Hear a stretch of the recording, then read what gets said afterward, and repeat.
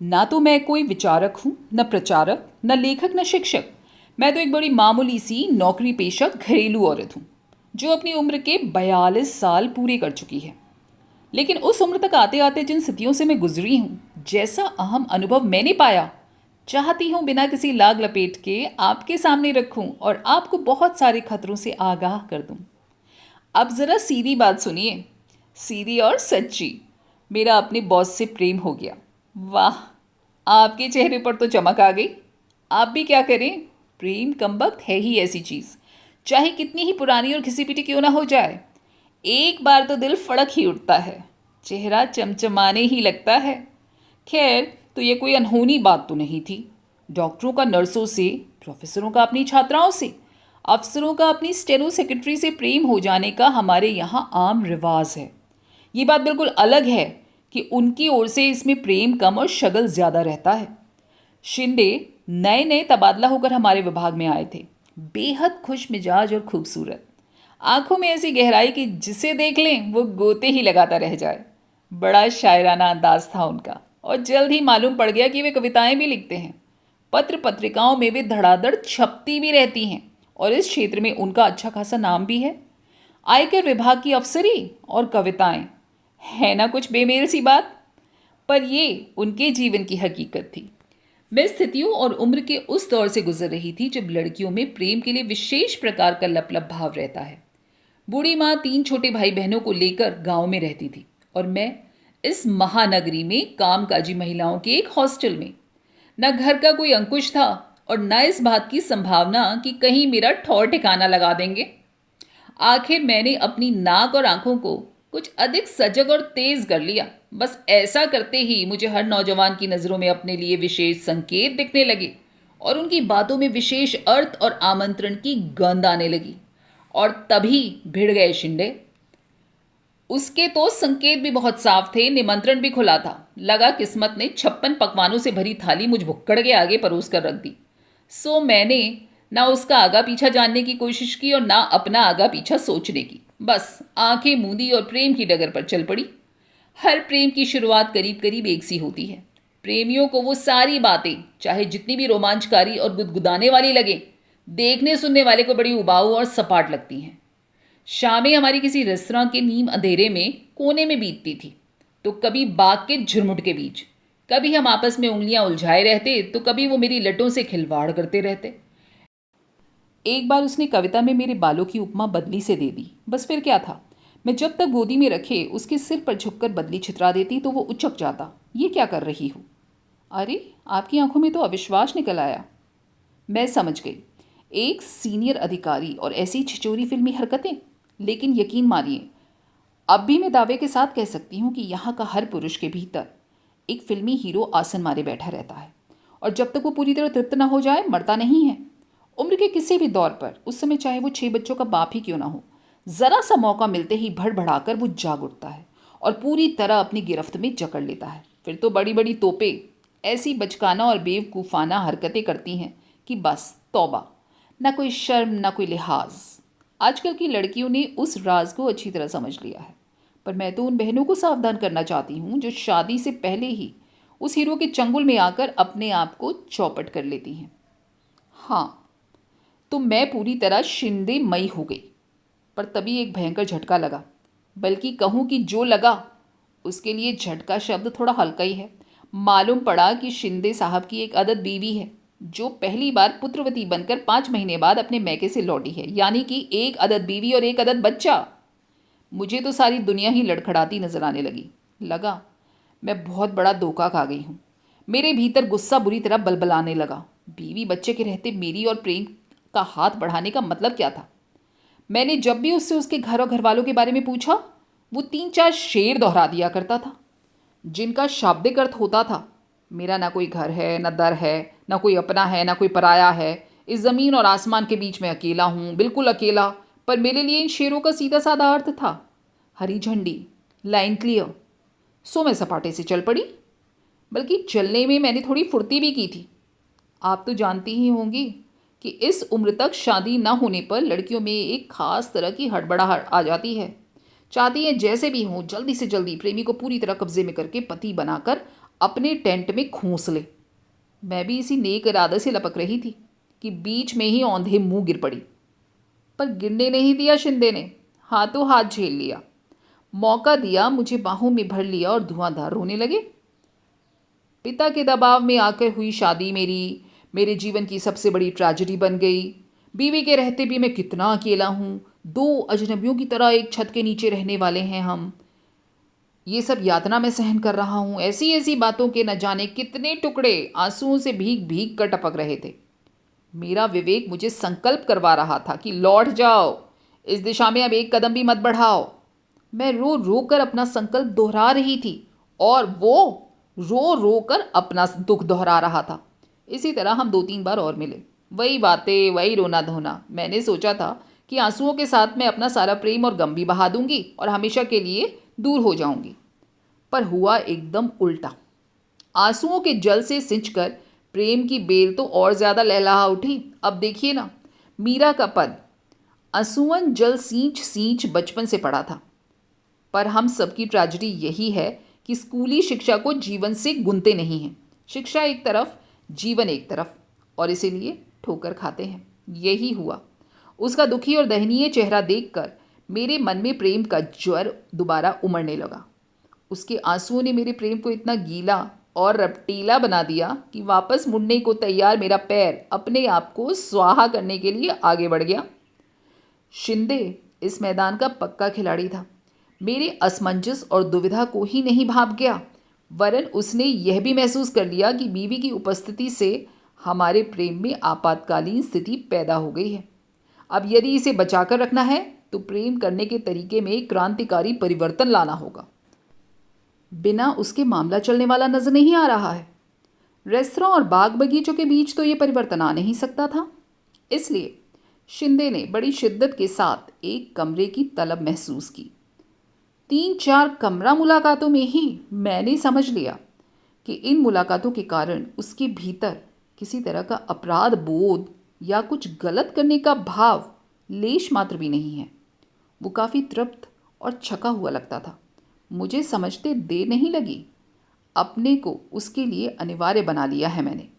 मुझे पक्का विश्वास हो गया था कि मेरा यह समर्पण तुरुष के इक्के की तरह कारगर सिद्ध होगा और बाजी मेरे हाथ में होगी। निश्चय ही इन मुलाकातों ने मेरे प्रेम को बड़ी मजबूत बैसाखियां थमा दी और मेरे लड़खड़ाते कदम फिर जम गए। वो मेरे भविष्य की योजनाएं बनाता, पर उन्हें अमल में लाए तब तक के लिए मौन समझौता हम लोगों के बीच हो गया। अपना शरीर, अपनी भावनाएं उसने मेरे जिम्मे कर दी और घर, बच्चा, बूढ़ा बाप और सारी पारिवारिक खिचखिच बीवी के जिम्मे। इस विभाजन से मैं कुछ समय के लिए परम प्रसन्न थी। यूं ही इस उम्र में आदमी को सबसे ज़्यादा भरोसा अपने शरीर पर ही होता है। शरीर पा लिया, ऊपर से मुझे वह कभी बातों से तो कभी कविताओं से समझाता रहता कि मन और शरीर की पवित्र भूमि पर ही असली प्रेम पनपता है। घर की 4 दीवारी के बीच निरंतर होने वाली खिचखिच में तो वो मरता ही है। मैं समझती रहती और अपने आप को बहुत पुख्ता ज़मीन पर महसूस करती। वो बातें ही ऐसी करता कि संदेह की कोई गुंजाइश नहीं छोड़ता। मुझे पूरा विश्वास था कि एक दिन वो खूंटे से उखड़कर मेरी गिरफ्त में आ ही जाएगा।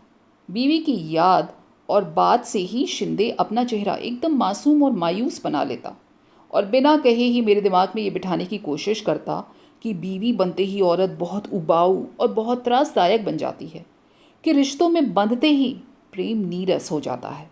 सच्चे प्रेमियों को तो हमेशा मुक्त ही रहना चाहिए। बीवी बनने की ललक जब जब मेरे भीतर जोर मारती, सच बात यह है मुझे तो घर भी चाहिए था, पति भी चाहिए था और बच्चे भी। पर उसे तो जैसे बीवी के नाम से चिढ़ हो गई थी। कभी कभी तो वो अपनी बीवी के कर्कश स्वभाव और तुनक मिजाजी की बात करते करते रो तक पड़ता था। तब मैं लपक कर उसे अपनी बाहों में भरती, अपने होंठों से उसके आंसू पोंछती और उसे हौसला बंधाती कि जल्द ही हम कुछ न कुछ ऐसा करेंगे कि हम इस दुख से मुक्त हो जाएं, कि मैं उसे एक सुखद और सही ज़िंदगी दूंगी। यह आश्वासन उसके लिए कम और मेरे खुद के लिए ज़्यादा हुआ करता था। दिन सरकते जा रहे थे और अपने प्रेम करने के तरीके में क्रांतिकारी परिवर्तन लाने के बावजूद स्थिति जहाँ की तहाँ बनी हुई थी। यानी कि मैं अपने हॉस्टल के कमरे में बंद और शिंदे अपनी बीवी की मुट्ठी में। आज सोचती हूँ तो अपने आप पर ही हंसी आती है। सौ सौ धिक्कार के साथ आश्चर्य भी होता है कि कैसे मेरी बुद्धि पर ऐसा मोटा पर्दा पड़ गया था कि ये भी नहीं सोच सकी कि उसकी बीवी भी आखिर मेरी तरह ही एक स्त्री है, अपने पति के छलावे और मक्कारी की शिकार। पर नहीं, ये तो मेरी समझ में तब आया जब उसकी मक्कारी ने मुझे भी तबाही के कगार पर लाटक पटक दिया। तभी तो मैंने सोचा कि क्यों न मैं जब तब वहाँ उपस्थित होकर उसके त्रास को इतना बढ़ा दूं कि वो खुद ही इस अपमानजनक स्थिति को नकार कर मुझसे अलग हो जाए। रकीब को सामने देखकर अच्छे अच्छों के हौसले पस्त हो जाते हैं। फिर अपमान और अपेक्षा की आग में झुलसी इस औरत का हौसला ही क्या होगा। और यही सोचकर आखिर में एक दिन शिंदे के घर जा धमकी। एक सुहागन औरत की सारी नियामतों, यानी कि बूढ़े ससुर की वर्दहस्त की छत्र छाया और बच्चे के पोतड़ों के वंदनवार के बीच दूधो नहाओ पूतो फलो भाव से वो कुर्सी पर विराजमान थी। मुझे देखकर उसके चेहरे पर किसी तरह का कोई विकार नहीं आया। विकार तो मुझे देखकर शिंदे के चेहरे पर आया, जिसे उसने थोड़ी सी कोशिश करके अफसरी नकाब के नीचे ढक लिया। दफ्तरी भाषा में दफ्तरी बातें करके उसने मुझे चलता कर दिया, पर बाहर निकलते समय हाथ दबाकर लाड़ में लिपटी हल्की सी फटकार के साथ शाम को कमरे पर आने का निमंत्रण भी दे दिया। मैं उसकी बीवी को त्रस्त करने गई थी, पर खुद ही त्रस्त और पस्त होकर लौटी। मुझे आश्चर्य हो रहा था कि यह औरत है या मांस का लोंदा। इसका आदमी 3 साल से एक दूसरी लड़की के साथ मस्ती मार रहा है और उसे ना कोई तकलीफ है ना कोई कष्ट। मैं इसकी जगह हूँ तो शायद एक दिन भी इस तरह अपमानजनक स्थिति को बर्दाश्त न कर सकूं। इसके शरीर पर चिमड़ी लिपटी है या गेंडे की खाल। यह तो मुझे बहुत बाद में अपने अनुभव ने सिखाया कि अधिकतर शादीशुदा औरतें ऐसी होती हैं जिन्हें अपने घर की दीवारों से बेशुमार लगाव होता है, इतना ज़्यादा कि धीरे धीरे उन दीवारों को ही वे अपना शरीर के चारों ओर लपेट लेती हैं। फिर मान अपमान के सारे हमले उनसे टकराकर बाहर ही ढेर हो जाते हैं और वे उनसे बेअसर सती साध्वी सी भीतर सुरक्षित बैठी रहती हैं। शाम को शिंदे मुझ पर एकदम बरस पड़ा कि मैंने उसके घर आने की हिम्मत और मूर्खता कैसे की। कितना चौकस रहना पड़ता है उससे हर समय, जिससे उसकी बीवी को इस प्रसंग की हवा तक न लग जाए, वरना तो वह शूर्पणखा की तरह ऑफिस, परिवार और सारे शहर में हड़बंग मचा के रख देगी। मौका लगा तो मेरा झूंटा पकड़कर सड़क पर जूते लगवाएगी। और बड़ी चालाकी से उसने मेरे मन में अपनी पत्नी के लिए, जिसे वो अक्सर कोतवाल कहता था, ढेर सारी नफरत और ढेर सारा आक्रोश भर दिया।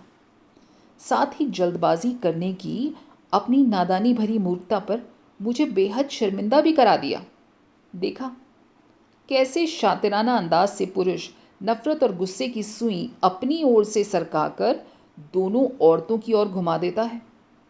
वे ही आपस में लड़े भिड़े, एक दूसरे को गलियाएं, और वह जो असली गुनाहगार है अपने पर आंच आए बिना आराम से दोनों का सुख भोगता रहे। वह समझाता कि सहजीवन का मधुरतम पक्ष तो हम भोग रहे हैं। मैं क्यों बेकार में शादी ब्याह और घर में झगड़कर इस मधुर संबंध का गला घोंटने चाहती हूँ, और इसी चक्कर में वो मधु उड़ेलती हुई 3-4 फड़कती कविताएं मेरे नाम ठोक देता। मेरे कंधों पर स्त्री पुरुष के संबंधों को एक नई दिशा देने का दायित्व है। अगली पीढ़ी अधिक स्वस्थ, अधिक मुक्त जिंदगी जी सके, उसके लिए हमें पहल करनी होगी, एक उदाहरण रखना होगा, चाहे उसके लिए हमें खुद ही खाद क्यों ना बनना पड़े। शिंदे की ये बातें झाड़ कर मज़े से अपनी बीवी का बगल गिर हो जाना और उसका असली अर्थों में खाद बनी अपने कमरे में सड़ती रहना। तभी शिंदे का तबादला हो गया। मैं एक बार फिर डगमगा गई। मुझे लगा कि बस अब मेरी ज़िंदगी से ये निकल जाएगा, पर उस समय तो बस शिंदे में ही प्राण बसते थे। लगता था उसके बिना मैं जी नहीं सकूंगी। गलत सही की समझ ही कहाँ रह गई थी मुझ में। मैं उसे किसी भी तरह पाना चाहती थी और वो मुझे खोना नहीं चाहता था। उसके साथ होटल में गुजारे वो दिन मैं तो भूल ही गई कि हम दोनों के बीच कोई तीसरा भी है। तबीयत एकदम लहलहा उठी। इस बार उसने बाकायदा योजना बनाई कि पत्नी को अब यहाँ न बुलाकर उसके पिता के घर भेज देगा और धीरे धीरे उसे कानूनी कार्रवाई करने के लिए राज़ी कर लेगा। यदि नहीं हुई तो मजबूर करेगा। बातों का बादशाह तो था ही शिंदे। पत्र लिखने में भी उसका कमाल हासिल था। शरीरों में जो दूरी आ गई है उसे वह पत्रों की भाषा से पाटता रहता। पत्रों से मुझे वह दिव्य प्रेम का दर्शन समझाता। मेरे जन्मदिन पर अपने इस दिव्य प्रेम में डुबोकर उसने एक खूबसूरत सा तोहफा मेरे लिए भेजा।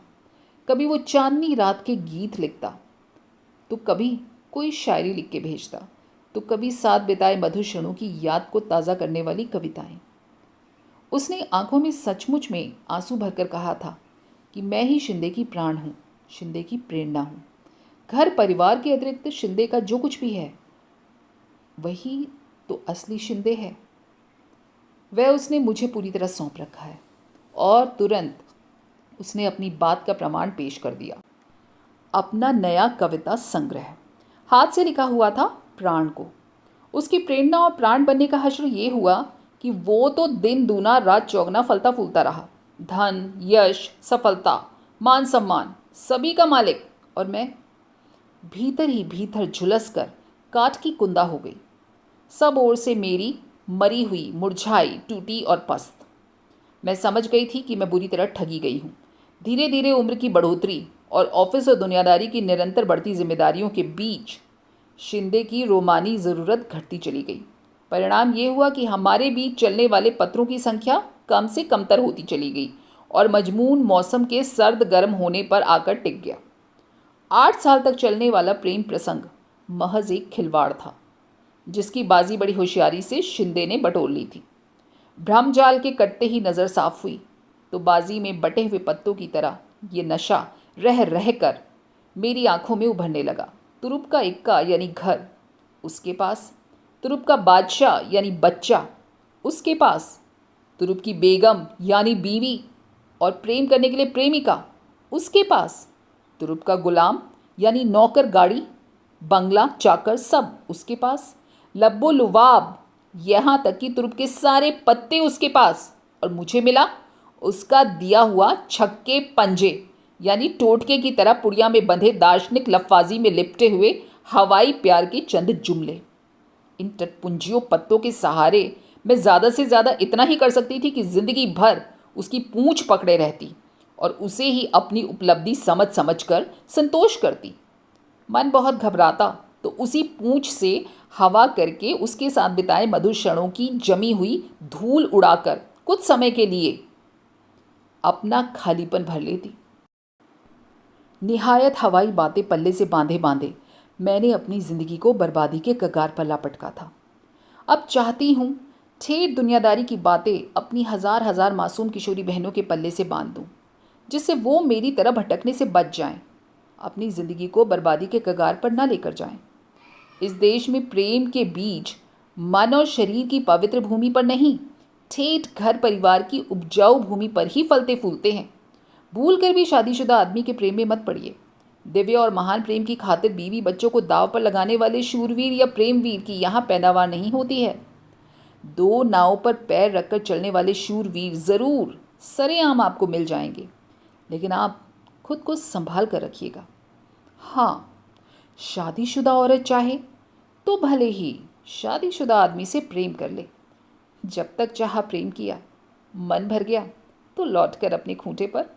न कोई डर न घोटाला, जब प्रेम में लगा हो शादी का ताला। दोस्तों, कैसे लगे आपको ये विचार? कमेंट करके लिखिएगा ज़रूर। और अगर पसंद आए हों तो लाइक, शेयर और सब्सक्राइब ज़रूर कीजिएगा। फिर मिलेंगे अगली बार कुछ अच्छे विचारों और कहानियों के साथ। तब तक अपना ख्याल रखिएगा। नमस्कार।